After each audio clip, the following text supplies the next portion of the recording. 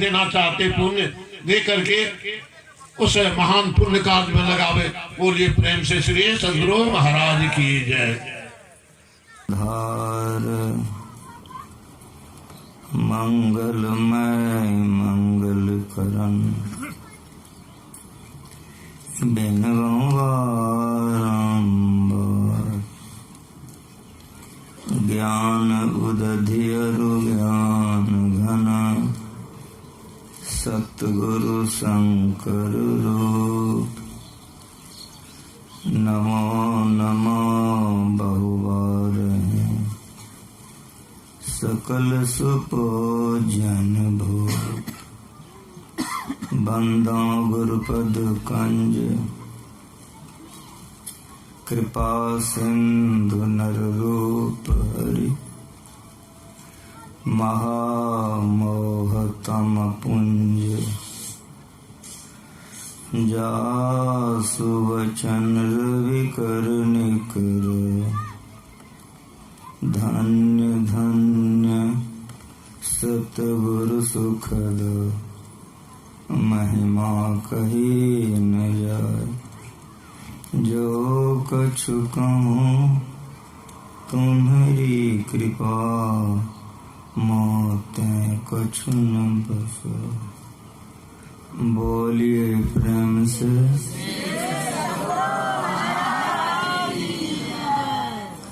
आज जैसा दिन है ठीक है, खूब कड़ा धूप आज नहीं है। मौसम गुरु महाराज की दया से बड़ा बढ़िया है।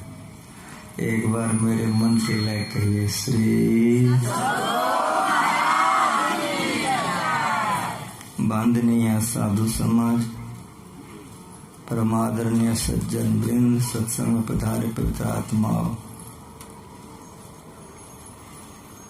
गुरु महाराज जीवन भर इस ज्ञान का प्रचार करते रहे। जिस सुख शांति को गुरु महाराज जी प्राप्त कर लिए, हम लोगों को बांटने के लिए समाधि का सुख छोड़ करके ऐसे ऐसे सुदूर देहातों में पैदल चल चल करके हम लोगों को ज्ञान सिखाए। भारत छोड़कर नेपाल भी गुरु महाराज जी बार बार आते थे। जो लोग पुराने हैं मुझे पहचानते हैं कि जितना बार गुरु महाराज नेपाल आए, उनकी बड़ी दया रही कि साथ में आने का मौका मिला। अगर गुरु महाराज जी का अवतार नहीं होता, ज्ञान में पूर्ण होकर प्रचार नहीं करते, तो आप लोग हमको पहचानते हैं। अच्छा उल्टा दीजिए, पीछे बाबा जी हमको पहचानते हैं, तो हम ही आप लोगों को पहचानते हैं? नहीं पहचानते। यदि आप लोगों को मैं पहचान रहा हूँ या आप लोग हमको पहचान रहे हैं, तो ठीक ठीक कहिए कि एकमात्र गुरु महाराज विशेष हैं कि उन्हीं की कृपा से हम लोगों का इतना बड़ा परिवार हो गया। देश विदेश में अपने परिवार के लोग भरे पड़े हैं। जो शांति पाने के खोजी सब हैं, उसी को भक्त कहते हैं। गुरु महाराज जी हम लोगों को जीवन भर ये ज्ञान सिखाते रहे, अंतिम सांस तक। पढ़िए पदावली, जीवन बिताओ स्वावलंबी, भरम भारे फोरी कर। संतों की आज्ञा है ये मैं ही, माथ धर छल छोरी कर। स्वावलंबी जीवन बिताइए। अपने पसीने की कमाई से भोजन कीजिए, भजन कीजिए तो बनेगा। चोरी डकैती बदमाशी का अन्न खाइएगा, खून खराब हो जाएगा, तो बुद्धि खराब हो जाएगी, कर्म खराब हो जाएगा, भजन नहीं बनेगा। ये गुरु महाराज जी खाली सुनाए नहीं, जीवन भर करके दिखाए। सोनामुखे में गुरु महाराज जी का 20 बीघा जमीन था, बगनगामा में 11 बीघा जमीन था। आपके बगल में सैदाबाद है, नारायण बाबा अभी रहते हैं। इतनी टा से उन्होंने सेवा किया है। अभी भी सैदाबाद में गुरु महाराज जी का जमीन मौजूद है। गुरु महाराज अपने से आते थे, फसल के समय में, लगाने के समय में आते थे, लगा के चले जाते थे, और काटने के समय में आते थे, कटवाते थे। लच्छन बाबा थे, उन्हीं के सेवा में नारायण रहा है, बहुत छोटा सा। लच्छन बाबा धान तैयार करके, चावल कुटा करके, जोगमनी में लाद करके कुप्पा घाट पहुंचा देते थे। गुरु महाराज जी अपना खेत का चावल खाते थे, ये ज्ञान का प्रचार करते थे।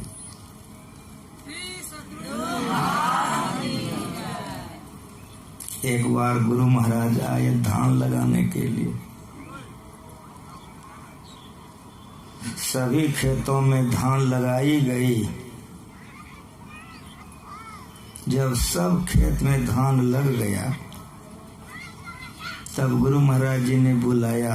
एक भक्त थे, गुरु महाराज जी के शिष्य, आप लोग एक तरह सदगृहस्थ थे, बाल बच्चे वाले थे। उसका नाम था रेशम लाल। का रेशम का जी गुरुदेव, का देखो धान सब खेत में लग गया। का जी, का मैं तो जाता हूँ, तुम ठीक ठीक देख रेख करते रहना। का जी सरकार। गुरु महाराज चले गए, लच्छन बाबा पहुंचा दिए। धान बढ़ते बढ़ते बड़ा हो गया, यहाँ तक हो गया, फूट गया, बहुत अच्छा था। लेकिन रेशम लाल बीमार पड़ गए। जब रेशम लाल बीमार पड़ गया, उनकी धर्म पत्नी, उनके बच्चे इलाज करने लग गए। लेकिन गजब हुआ, इलाज करते गए, बीमारी बढ़ती गई। एक दिन ऐसी स्थिति हुई कि रेशम लाल इतने बेचैन हो गए, बेचैनी में उनका शरीर ही छूट गया। उनकी धर्मपत्नी, उनके बच्चे बेकदर रोने लग गए। समाज के सारे लोग जब आए, कहा अरे राम, ये तो बड़ा अनर्थ हो गया कि रेशम का शरीर छूट गया। जब सारे लोग एकत्रित हो गए, समाज के बहुत से लोग जमा हो गए, तब जो विशेष विशेष लोग थे, उन लोगों ने कहा कि देखते रहिएगा, तब काम आगे बढ़ाइएगा। क्या देख रहे हैं, अब तो समाप्त हो गया, तो व्यवस्था करनी चाहिए। कहाँ?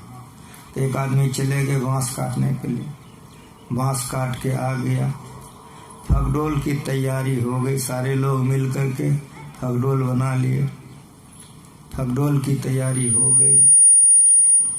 बाजार गए लोग, कफन के सारे कपड़े आ गए, सारा सामान, सारी व्यवस्थाएं हो गई।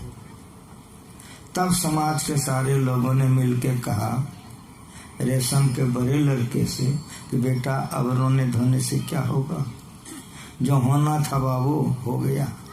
चलो पिताजी को स्नान करा दो और अर्थी पर दे दो, चल करके दाह संस्कार कर ले। ऐसा विचार करके समाज के सारे लोग चले। जिस कमरे में रेशम लाल का लाश पड़ा हुआ था, कमरा को खोल करके ये लोग जैसे प्रवेश किए, इन लोगों को प्रवेश करना है कि रेशम लाल अपने उठ करके बैठ गया।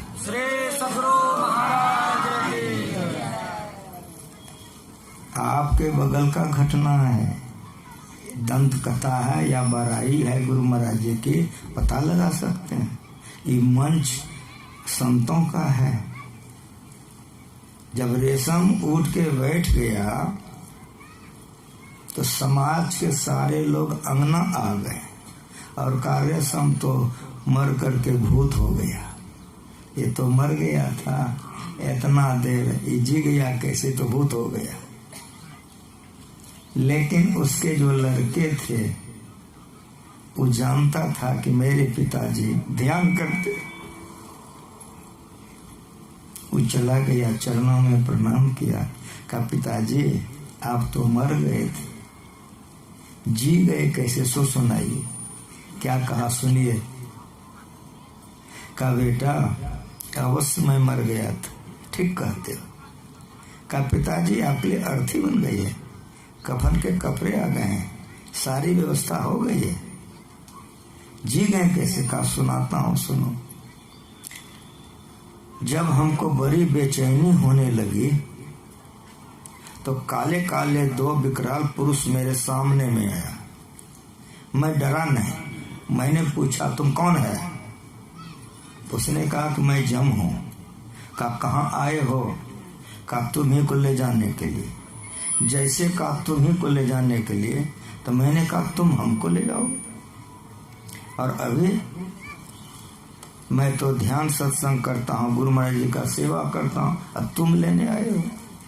बेटा जैसे मैंने गुरु महाराज जी का नाम लिया, गुरु महाराज प्रकट हो गए।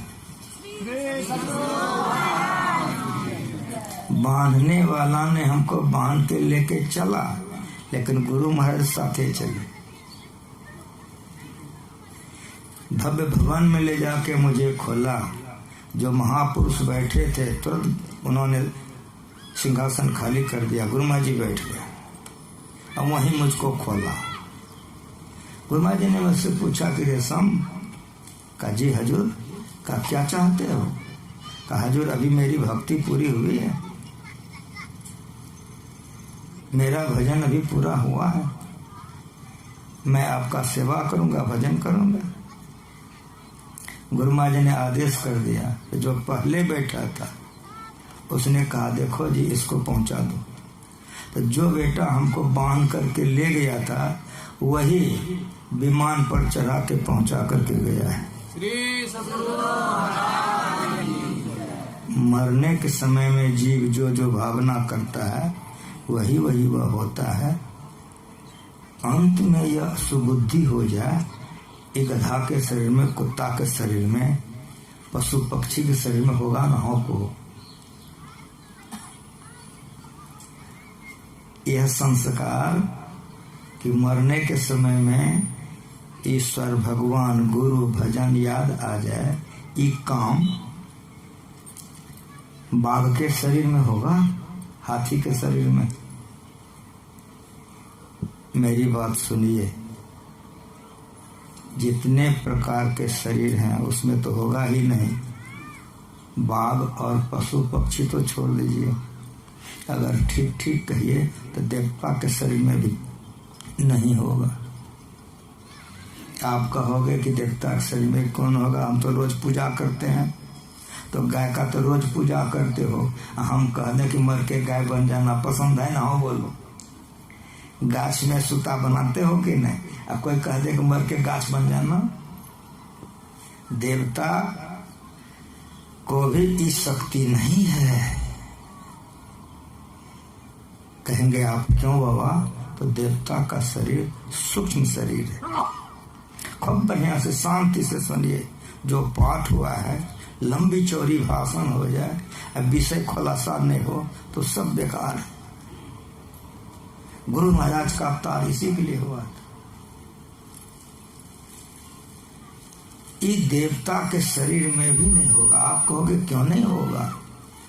तो देवता का शरीर सूक्ष्म शरीर है, आपका शरीर स्थूल शरीर है। आपके शरीर में मोक्ष में जाने का रास्ता है।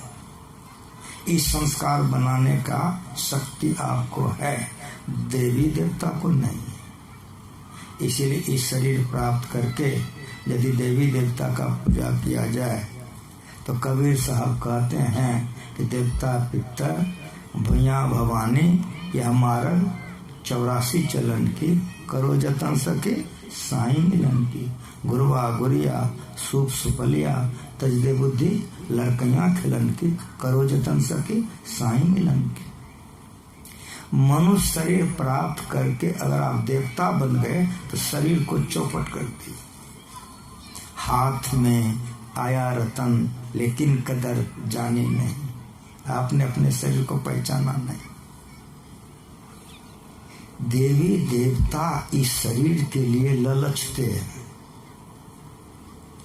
देवी देवता इस शरीर के लिए तड़पते हैं, तरसते हैं, ये शरीर में आप हैं। क्यों? आप पूछिए क्यों? तो देवी देवता का शरीर भोग जो नहीं है। याद रखिएगा, जो सुनने आए हैं, जिसके लिए मंच बना है, जो इतना खर्चा किया जाता है, लाखों लाख अखिल भारतीय में, जिला वार्षिक में, ये समझाने के लिए कि देवता का शरीर भोग जो नहीं है, लेकिन आपका शरीर कर्म जो नहीं है। आप कर्म करके नरक स्वर्ग जा सकते हैं, जो हमारे साथियों ने सुनाया, नरक स्वर्ग जा सकते हैं। इतना ही नहीं, अगर आप इस शरीर से चाहें तो मोक्ष में जा सकते हैं, लेकिन देवता नया कर्म नहीं कर सकता। इस शरीर की विशेषता है। खूब बढ़िया से सुनिए, आंख बंद करके देखिए, क्या देखते हैं? कहेंगे अंधकार देखते हैं। यही नरक में जाने की सीढ़ी है। जब तक हम लोग अंधकार में रहेंगे, तब तक विषयों में दौड़ेंगे। भगवान राम ने कहा, अभी आप लोग सुने कि बड़े भाग मानुष तन पावा, सुरदुर्लभ सुगंधन गावा, साधन धाम मोक्ष करवाना। अब पाई न जही परलोक संभारा। इतना बढ़िया शरीर पाकर के जिन्होंने संभारा नहीं परलोक को, अर्थात मोक्ष का दरवाजा नहीं जाना, तो सो परत्र दुख पावे, सिर धुंध निपजता है। काल ही कर्म है, ईश्वर ही मिथ्या दोष लगा। अंत में उस सिर धुंध धुंध के पछताता है, रोता है। क्यों? तो शरीर को गंवा दिया, बर्बाद कर दिया।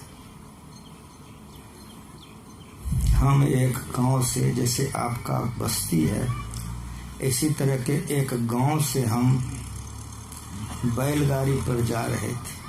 आगे में गाड़ीवान था चलाने वाला, उसके पीछे में गठरी थी। मैं ऐसे अंगूठ करके बैठा था, मेरे पीछे में मेरे सेवक लोग बैठे थे। गाड़ी गांव से जा रही थी। मेरे सेवक लोग हंसने लग गए, तो मैंने गर्दन घुमा के डांट लगाई कि देहात से गाड़ी जा रही है, आंख दिखाए। सारे हमारे सेवक चुप हो गए, लेकिन मुंह झांक के वो लोग हंसते रहा। जब गांव से बाहर गाड़ी मेरी बाहर निकल गई,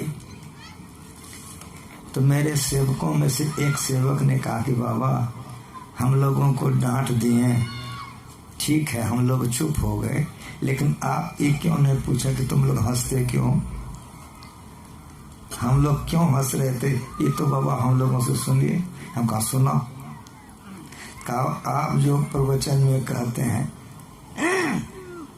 काल ही कर्म है, ईश्वर ही मिथ्या दोष लगाए, लोग ईश्वर को भी गाली देते हैं, अपशब्द कहते हैं। तो पहले बाबा आपकी बातों का विश्वास हम लोगों को नहीं होता था कि भगवान को काहे के लिए गाली देगी, लेकिन आप बोलते थे तो हम लोग सुन लेते थे। आप देखें उपैया के पास से जब गाड़ी आगे बढ़ी तो दो बुढ़िया माता लड़ रही थी। एक बुढ़िया भगवान को गिन गिन के गाली पढ़ रही थी। इसीलिए हम लोग हंस रहे थे कि बाबा ठीक के कहते हैं, भगवानों को गाली देते हैं। काल ही कर्म है, ईश्वर ही मिथ्या दोष लगा। आपका शरीर कर्म जो नहीं है, और देवता का शरीर भोग जो नहीं है। स्वर्ग क्या है? एक होटल है, उस होटल में 10,000 रुपया एक रात का लेता है, 24 घंटा का। समझाने के लिए मैं समझा रहा हूँ कि समझ सकिए आप लोग। 1 लाख रुपया आप होटल में जमा कर दिए, 1 लाख, तो 10,000 रुपया रोज उसका फीस है। उस होटल में आप चले जाइए, टका आप जमा कर दीजिए, घंटी बजाइए, जो चाहिए मनमना मिलेगा। खाली आप ऑर्डर कीजिएगा, बहरा लेके हाजिर हो जाएगा। लेकिन कितना दिन तक? ठीक ठीक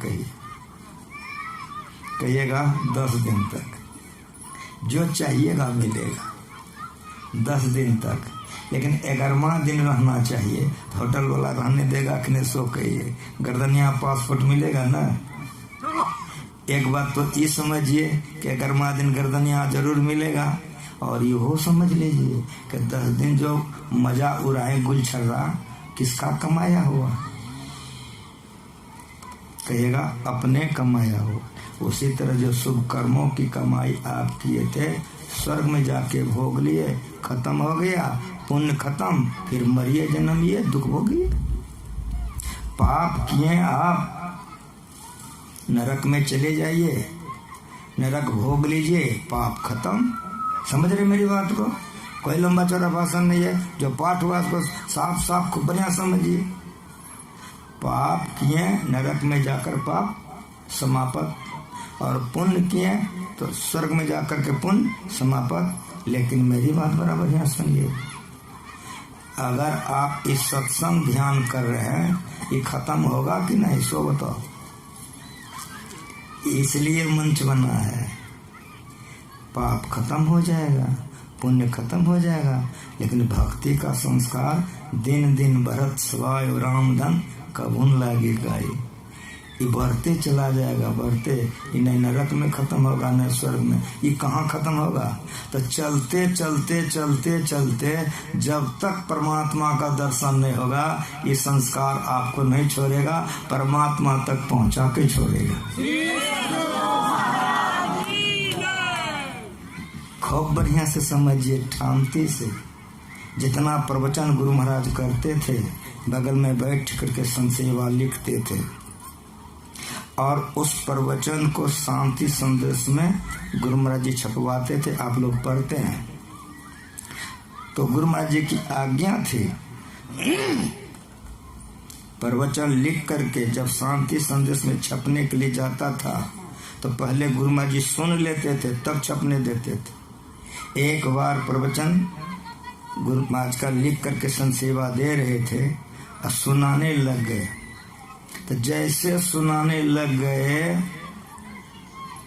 तो गुरु महाराज ने कहा, महावीर जी। तो जी सरकार। तो रुक जाइए। तो रुक गया। कहा, ये जो आप अभी पढ़े हैं? कहा, जी सरकार, ये तो मैंने बोला हूँ।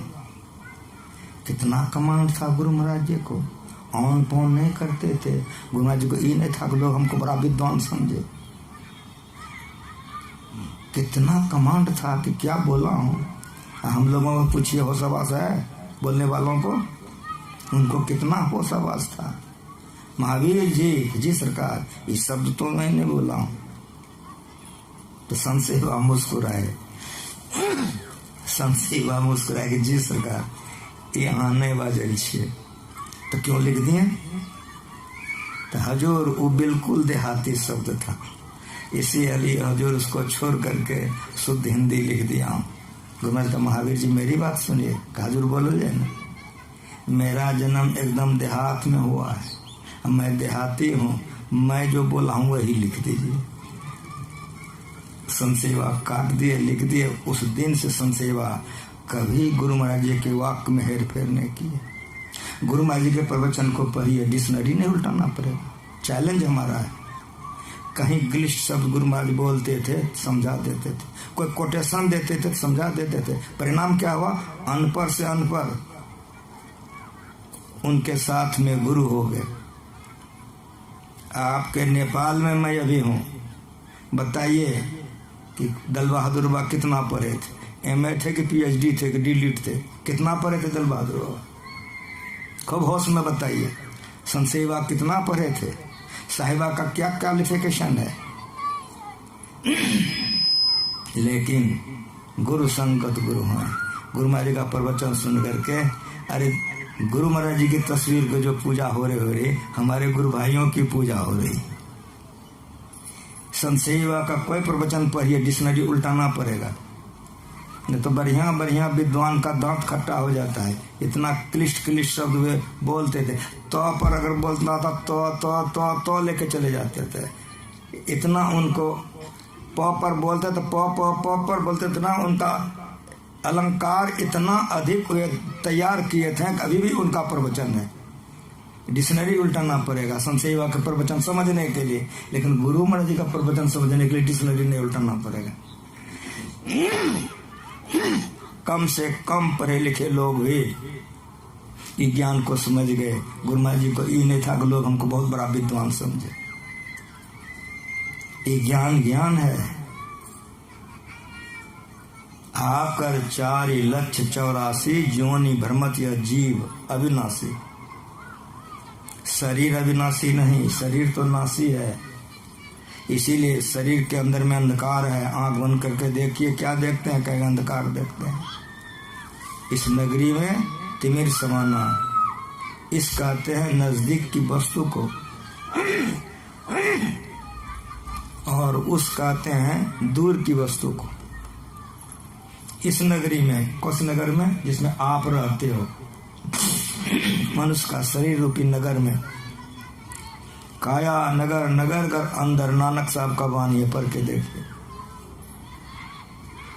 गुरु महाराज जी ने सिखाया कि बेटा संतों की वाणी से संतों की वाणी को मिला के देखो, एक मेल होगा, भाव अलग नहीं होगा। भाव एक होगा, भाषा अलग होगी।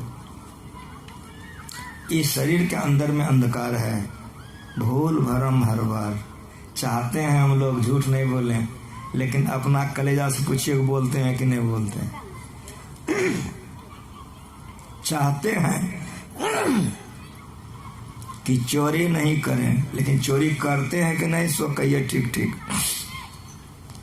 मेरा मुंह मत देखिए, आप लोग अपना अपना विचार करके कहिए। एक लड़के से मेरी बातचीत हो रही थी, वो दीक्षित था, एमए पास था। उस पर इसी चर्चा पर हम उसको समझा रहे थे। वो बोला कि बाबा हम कभी चोरी नहीं करते हैं। मैंने कहा कि बेटा तुम हमेशा चोरी करते हो, रोज चोरी करते हो। तो वो मेरे पर थोड़ा नाराज हो गया कि बाबा आप ऐसे क्यों बोलते हैं। हम कहें कि हमारे पास प्रमाण है इसीलिए बोलते हैं। कहा प्रमाणित कीजिए। तो एमए पास लड़का था, सत्संगी था, दीक्षित था। तो हम कहे सुनो मेरी बात, तुम का बोलिए। हम कहे कि किसी की वस्तु है, हाथ से तुम ले लिया बिगर पूछे, चोरी है ना? कावस। हम कहे अब मेरी बात सुनो, हाथ से दूसरे की वस्तु तुम ले लिया, चोरी मानते हो ना? कहा ही। हम कहे आंख भी चोरी करती है, जी हाँ भी, कान भी चोरी करती है। इतना ही हमको बोलना था कि दीक्षित था, एमए था। आंख से आंसू जाने लग गए। तुरंत मेरा पैर पकड़ का बाबा क्षमा कर दीजिए। समझ में आ रहा है? भजन वेद लिए हैं, इतना ध्यान करते हैं, कसम खा के कहिए कि आपकी आंख चोरी नहीं करती है, आपका जी हाथ चोरी नहीं करती है, आपका कान चोरी नहीं करता है। कसम खा के कहिए। कैसे बचेंगे? थोड़ा सा सुन लीजिए, आरती करवा दें। साधन धाम मोक्ष कर द्वारा। इस शरीर ही साधन का धाम है, इसमें मोक्ष में जाने का दरवाजा है। 72 करोड़ नारी में 3 नारियां श्रेष्ठ है, इंगला और पिंगला, और सुखमना श्रेष्ठ है। कहने का मतलब 72 करोड़ में 1 नारी श्रेष्ठ है, जिसको सुखमना कहते हैं। आप या हम या कोई हो, कितना बार सुने हैं? 5 कर्मेंद्रियां, 5 ज्ञानेंद्रियां, 4 अंतःकरण, 14 इंद्रियां हमारी है। कोई इंद्रियां चोरी नहीं करे, कोई इंद्रियां बहके नहीं। क्या उपाय है? साधन का धाम है, उपाय है। उपाय नहीं है सो मत समझिए, उपाय है। इसीलिए पाठ हुआ है, इसीलिए पाठ हुआ है। गुरु नानक देव जी महाराज के वाणी में है कि 9 दर थापे धावत रहाए, 10 में निज घर बासा पाए। 9 इंद्रियों में जब तक हम लोग रहेंगे तो विषय भोगों में दौड़ते रहेंगे। 9 दर थापे धावत रहाए, रोज गिनते हैं। 2 आंख, 2 कान, 2 नाक, 6 हो गया, मुंह 7 हो गया, अब पैखाना पेशाब 9 हो गया। इन 9 द्वार में जब तक रहेंगे सब इंद्रियां अपनी अपनी भोग मांगेगी और विषयों में दौड़ेंगे। क्या पंडित क्या मूर्खा, दोनों एक समान। विदेश से पढ़ के आया, डिग्री बहुत बड़ी है, मांस मछली खाता है, शराब पीता है, और दूसरे के बहू बेटी को लेकर क्लब में जाता है, कहिएगा विद्वान। इसलिए इस ज्ञान को समझिए। 9 इंद्रियों के घाटों में जब तक हम लोग रहेंगे तो धावत रहा है, विषय भोग में दौड़ेंगे, नरक के ओर चले जाएंगे। 9 दर था पे धावत रहा है, 10वें निज घर बसा पाए। 10वें द्वार में अपने मन को लगाइए, इंद्रियां बस में हो जाएगी। कैसे समझिएगा आप लोग? हमारा हाथ देखिए आप लोग, एगो खुट्टा गर गया है, उखाड़ना है। एकदम सरल से समझिए, साफ साफ समझिए जो पाठ हुआ है। एगो खुट्टा है, कहीं खुट्टा है, उसको उखाड़ना है, तो मेरे बाजू को देखिए, ऐसे हम लोग जकड़ के पकड़ लेंगे, खुट्टा को किने पकड़ेंगे? अब मेरी बात सुनिए, उखाड़ने में अगर खुट्टा गिरा हुआ है, ताकत लगाएंगे ना, तो पूरे शरीर का ताकत कहाँ आ जाएगा? पकड़ में कि नहीं? कोई समझ सकते हैं इसको? पूरे शरीर का शक्ति कहाँ जाएगा? पकड़ में। परिणाम क्या होगा? अगर पूरे ताकत से हम उखाड़ेंगे, खुट्टा उखड़ जाएगा। उसी तरह से संपूर्ण शरीर में 9 द्वार है, 9 द्वार से चेतन धार को समेट के 10वां द्वार में केंद्रित कीजिए, अंधकार उखड़ जाएगा, प्रकाश में चले जाएंगे। कोई इंद्रियां नहीं बहकेगी। अब कोई इंद्रियां, मजाल नहीं है कि इंद्रियां बहक जाएगी। आप कहोगे बाबा जी प्रमाणित करो, मेरा हाथ देखो प्रमाणित करता हूँ। मैं पंखा झेल रहा हूँ, कहो बाबा जी पंखा झेल रहे हो, पंखा गिर गया, जवाब दो क्यों गिर गया? आप कहोगे कि पकड़ ढीली हो गई, मुट्ठी ढीली हो गई, तो पंखा गिर गया। ठीक है, हाथों गिर गया, क्यों गिर गया? तो हाथ की चेतन शक्ति सिमट गई। समझ रहे हैं मेरी बात को साफ साफ? हाथ भी एक इंद्रियां है। इस हाथ से अगर हम किसी का पैर दबा रहे हैं, दान कर रहे हैं, तो पुण्य होगा, यदि गला उतार रहे हैं तो पाप होगा। इंद्रियां पाप और पुण्य करती है। कब? जब चेतन की धाराएं इंद्रियों में आ जाती है, तब इंद्रियां पाप और पुण्य करती है। जब सब घाटों से, सब इंद्रियों से चेतन धार को समेट करके आज्ञा चक्र में हम लगा दिए, इंद्रियां बहकेगी? इंद्रियों में चेतन धार है ही नहीं, तो इंद्रियां अपने पाप करेगी नहीं पुण्य करेगी। और सुनिए इसको खुलासा, ये तो नानक साहब की मानी है, कबीर साहब का सुनिए बीजक से। कोई देखो लोगो नैया बीच नदिया डूबी जाए। जरा उल्टा सीधा लगेगा, लेकिन सब भक्त हो, सब भजन वेदी हो, भगवान के दरबार के ओर जाने वाले हो, सुनो जिन्होंने प्राप्त किया है। तुलसीदास का हुआ है पाठ रामायण से, लेकिन नानक से सुनो, कबीर से सुनो, मीरा से सुनो, संतों से सुनो, ये बात को सुनो। बहुत बहुत बात सुनोगे, विषय गौण हो जाएगा, और करने लायक काम नहीं करोगे, बौक जाओगे। कोई देखो लोगों नैया बीच नदिया डूबी जाए, चींटी चलल अपन ससुररिया, तो 9 मन खजरा लगाए। हाथी मारी बगल तीर लेना, उठवा कुलियो लटकाए। कोई देखो लोगों नैया बीच नदिया डूबी जाए। कबीर का वाणी बूझे तो तीनों लोग सूझे, कबीर का गाया गावे तो गजब का धक्का खावे। उल्टा पुल्टा लग रहा है, लेकिन उल्टा पुल्टा नहीं है। इसीलिए संतों के संग में जाना पड़ता है। प्रथम भगत संतन का संग। अगर गुरु महाराज के शरण में नहीं रहते तो हम खुद नहीं बूझते, नहीं करते, तो आप लोगों की खाक समझाते हैं।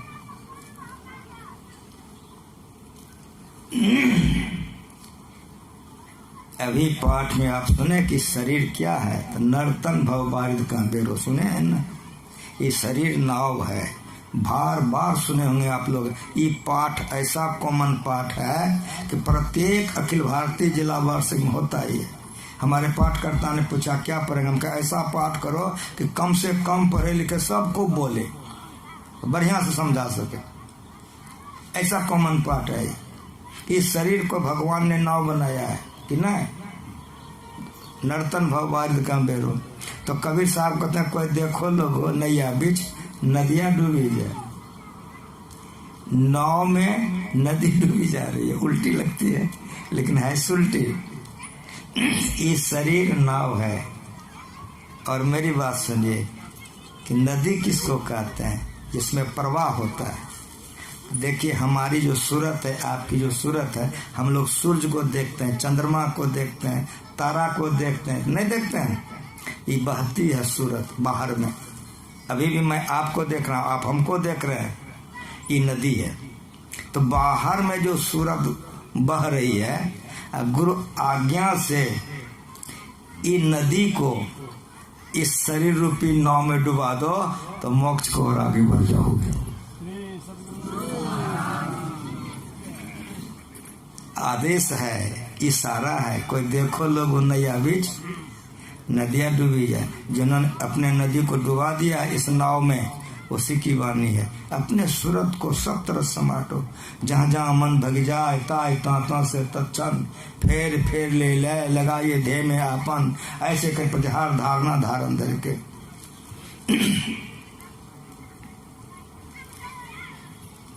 चिंटी चलल अपन ससुररिया, नौमन कजरा लगाए, सिमटी हुई सूरत चली। सूरत चली प्रभु मिलन को, विषयों से मुख को मोरी कर। इस शरीर में जो चेतन है, जो पसरी हुई चेतन, उसको हाथी कहते, और जो सिमटी हुई चेतन उसको चींटी कहते। चींटी चलल अपन ससुररिया, जड़ शरीर को फोड़ करके चेतन अपने ससुराल को ओर जा रही है, लेकिन जा कैसे रही है? नौमन कजरा लगाए, दोनों आँखों से, दोनों कानों से, दोनों नाकों से, मुंह से, पेशाब पैखाना के इंद्रियों से खींच करके अपने आप में चेतन ने काजरवत लगा करके सूरत चली। जैसे इससे निकल करके उसमें प्रवेश करेगी, ऐसे परमात्मा को आगे बढ़ जाएंगे। चिंटी चलल अपन ससुररिया, नौमन कजरा लगाए। नवों इंद्रियों के घाटों से चेतन धार को समेट लिए, ये पाठ हुआ है।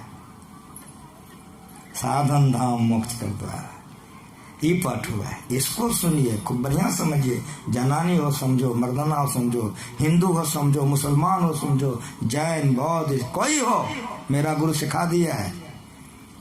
सारे संसार को एक ज्ञान देने वाला, एक रास्ता बतलाने वाला संत मत, और सारे संसार को एक करके रखने के लिए संत मत।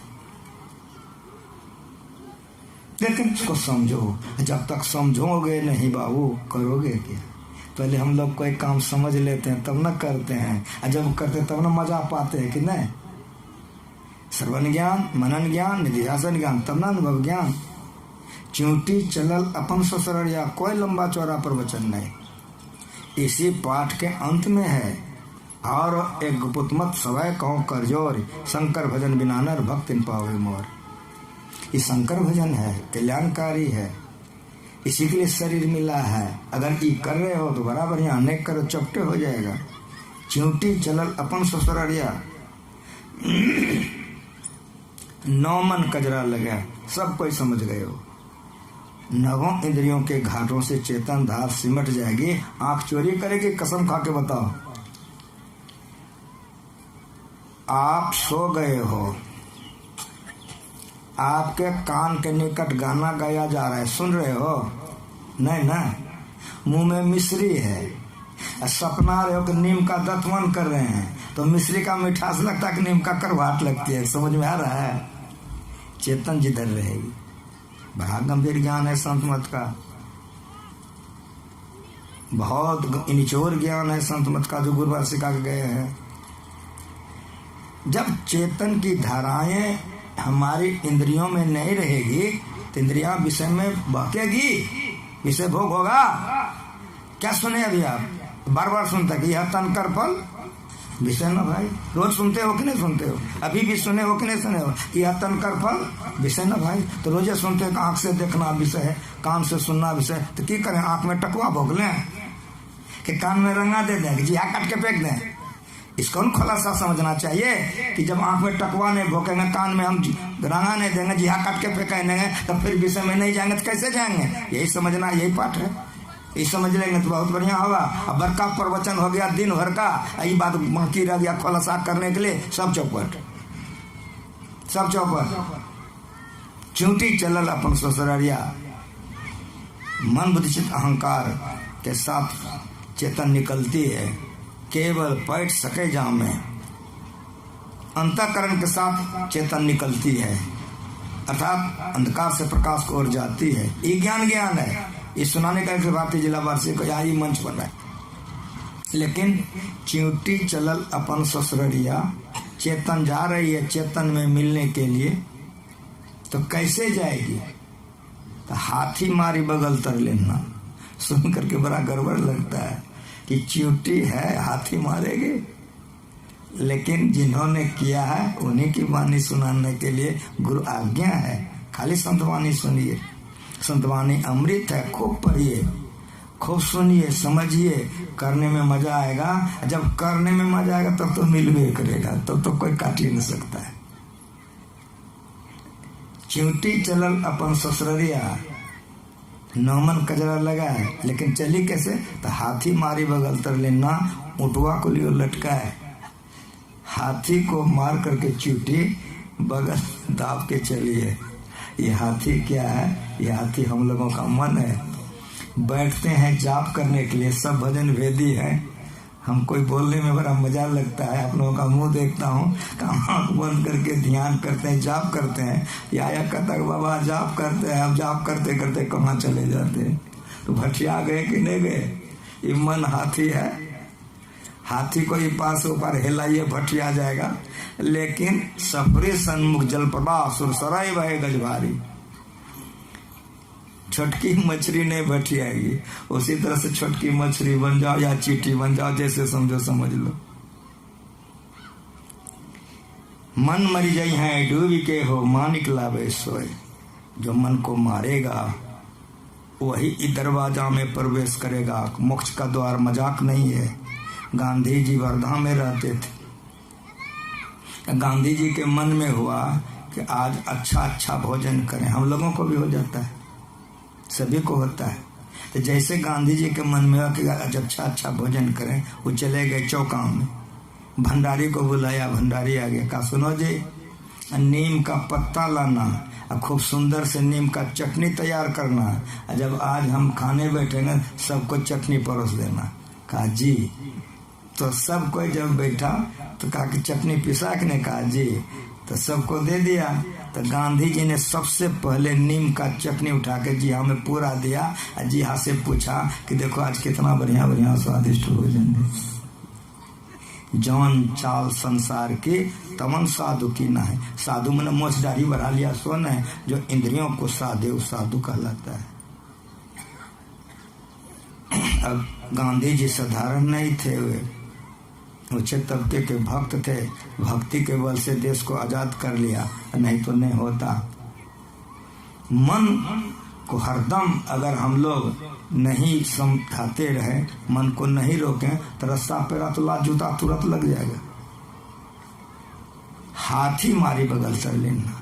जो भक्त होते हैं अपने मन को मारते हैं, मांस नहीं खाते हैं, मछली नहीं खाते हैं, शराब नहीं पीते हैं, दूसरे पत्नी के पास नहीं जाते, दूसरे पति के पास इसको व्यभिचार करते, व्यभिचार नहीं करते हैं, अपने आप को इससे बचा करके रखते हैं, वही मोक्ष के दरबार में प्रवेश कर सकते हैं। हाथी मारी बगल तर लेना। मन को मारो, मन मांगे गड़बड़, शराब पीने के लिए मत पियो, कुकर्म करने के लिए मत करो। मन कर जाए तो मत जाने दो, रोको उसको। तो मन रुकते रुकते शरीर रुक जाएगा।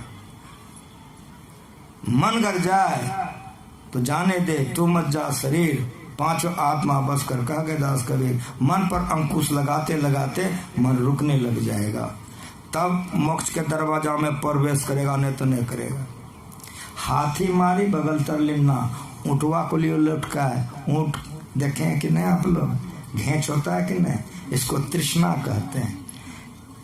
एक तो बाल बच्चा नहीं होता है तो कितने लोग कहते हैं कि बाबा हो जाए, अगर लड़की हो गई तो कहता है कि बाबा लड़का नहीं हुआ, लड़का हो जाए। क्षमा कीजिएगा आप लोग, आप ही लोगों का बात मैं आप लोगों को सुना रहा। तो कोई कहता कि लड़का हो जाए। कहीं कहीं मैं क्या देखा अपने आंखों से कि 2-3 ठो लड़का हो गया, तो बाबा लड़की एक कोट ने आशीर्वाद दिए कर लड़की हो जाए। ये जो मंगा मंगवी किया, एक आदमी का बाबा हमारी गाय दूध नहीं देती, आशीर्वाद दीजिए दूध दे। एक आदमी ने कहा कि बाबा कद्दू लगाए फरवे नहीं करता, आशीर्वाद दीजिए कद्दू। समझ रहे हैं कि नहीं? सांचे का कोई गाहक नहीं। और मैं जितना बोलता हूँ एक कोट झूठ नहीं बोलता हूँ, सब हमको लोग कहा है, जो मैं आप ही लोगों का बात आप लोगों को कहता हूँ। इस तृष्णा के लिए लिखा है संत सुंदरदास जी महाराज का सुंदर विलास पर, ये जो 10, 20, 50 भय सब हो 1000 तो लाख मांगेगी, कोटि अरब खरब असंख्य तो धरापति होने की चाह जगेगी। यदि पृथ्वी पाताल हूँ राज्य करम, तृष्णा आदि की आदि आग लगेगी, सुंदर एक संतोष बिना 60 तेरी तो आग कभी न बुझेगी। इस पर गुरु महाराज एक कथा कहते थे, जो लोग प्रवचन सुने हैं याद आ जाएगा, पढ़ते भी हैं तो याद आ जाएगा। इस पर गुरु महाराज एक तो कथा कहते थे कि एक राजा संपूर्ण धरती को जीत लिया। अब जीतने के लिए कोई बाकी नहीं रहा, तो क्या काम किया, समुद्र पर बमगोला बरसा दिया। तो समुद्र मनुष्य के रूप में प्रकट हो गया। राजा से कहा कि राजा क्या चाहते हो? कहा हमरे जमीन में रहते हो, कर नहीं देते हो। सब राजा हमको कर देता है, तुम कर नहीं देते हो। समुद्र ने कहा तुमको कर चाहिए? कहा हाँ। कहा मेरे साथ चलो। एक जगह दिखा दिया, कहा इस जगह कोरो, हीरा जवाहर है, ले जाके जितना तुमको ले जाना है ले जाओ। समुद्र चला गया, उस ढोने लग गया, सब गांव घर राजमहल सब भर गया। अब वहां ओरे भी नहीं किया। अब फिर बमगोला बरसा दिया, फिर मनुष्य के रूप में आ गया कि अब तुमको क्या हो गया, अब क्यों तुम बमगोला बरसाया? कहा कि नहीं तो यहाँ ओराता है, अब वहाँ रखने के लिए हमको जगह नहीं है, सब घर द्वार ना भर गया, अब कहाँ रखेंगे? तो आदमी मर जाता है तो जलाता है ना, ये माथा का खरखोया देखते हैं बेल की तरह घोलटते रहता है, समुद्र किनारे में घोलट रहा था। कहा इसको उठाओ, तो राजा उठा लिया। कहा जाओ इसी में भरना। देख के कहा महाराज उतना उतना बड़ा घर मकान भर गया, इसमें कितना अटेगा? कहा रे जितना ले गया सब इसमें डालना, और यहाँ से जितना ले जाएगा सब इसमें डालना, सब अटेगा इसमें। तो डालने लग गया माथा खपरी में, तो जितना घर द्वार था खाली हो गया, और यहाँ का ढोते ढोते हाथी घोड़ा मर गया, और भर भी नहीं किया। फिर बमगोला बरसाया, तो फिर मनुष्य के रूप में प्रकट हो गया समुद्र का। अब क्या तुमको हो गया? कितने निर्दय हो तुम जो मांगते हो दे देता हूँ, फिर इतना जीवी जंतु को क्यों मारते हो? अब क्या हो गया? कहा कि वहां जितना ले गए थे सब खाली हो गया, यहाँ ओरेबे नहीं करता, ये भरबे नहीं करता है। तब समुद्र ने डांटा, कहा ये क्या है तुम नहीं जानता है? कहा हाँ क्या है? कहा मनुष्य का खोपड़ी। कहा कहियो नहीं भरता है। कहा भरेगा कैसे? तो वहां जलाया था तो राख था, कहा इस पर राख दे दो भर जाएगा। समझ में आया? इच्छा पर राख रख दो तो विषयों से बच सकते हो, दूसरा कोई उपाय नहीं। पृथ्वी पाताल हो राज्य करो, तृष्णा अधिक अधिक आग लगेगी, सुंदर एक संतोष बिना 60 तेरी तो आग कभी न बुझेगी। इस संतोष कब होगा? अब अंत में सुनिए। गंग जमुन सरस्वत संगम पर संध्या करो नित, सबका सुना दिए, नानक का सुना दिए, कबीर का सुना दिए, तुलसीदास का सुना दिए, अपना गुरु मत का छोड़ दें कि सुना दें? तब न मजा आएगा कि ना? जो बात के रामायण में पढ़ा गया, जो बात सुंदरदास जी ने कहा, जो बात कबीर साहब ने कहा, जो बात नानक साहब ने कहा, अब हमरा गुरु माँ से सुन लीजिए, आरती करवा देंगे। गुरु माँ जी कहते हैं गंग जमुन सरस्वत संगम पर संध्या करो नित। भाई कैसे करोगे संध्या?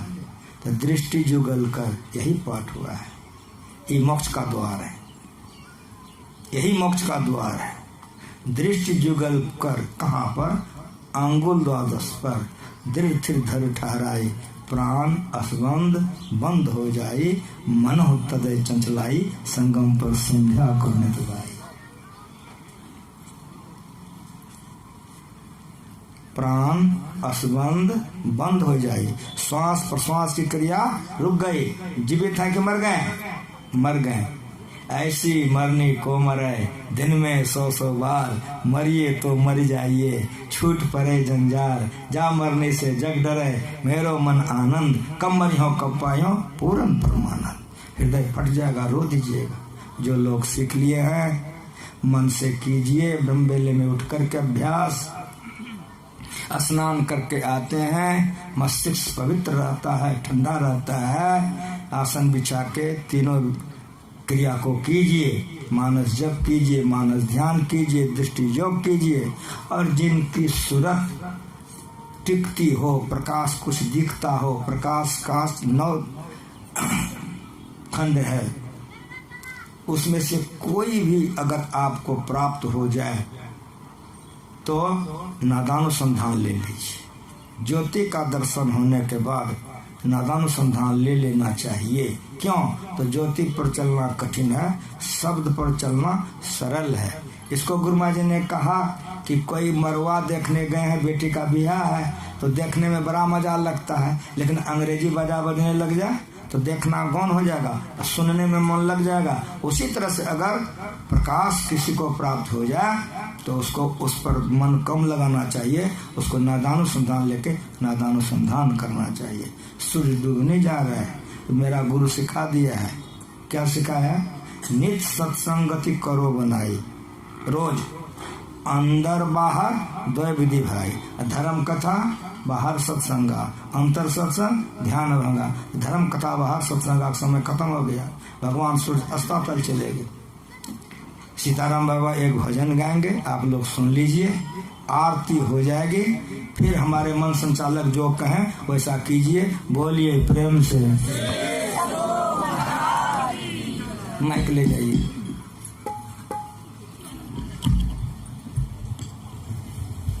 हारमोनियम दीजिए।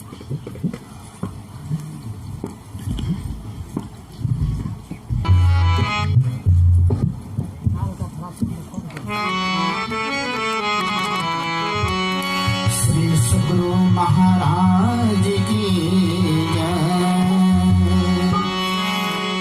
दुनिया में आया है कोई रो के मरा, हंस के मरा, जिंदगी पाया है मगर जो कुछ हो के मरा।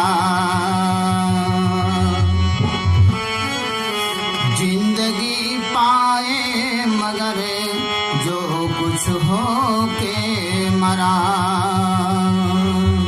श्री सद्गुरु महाराज की जय।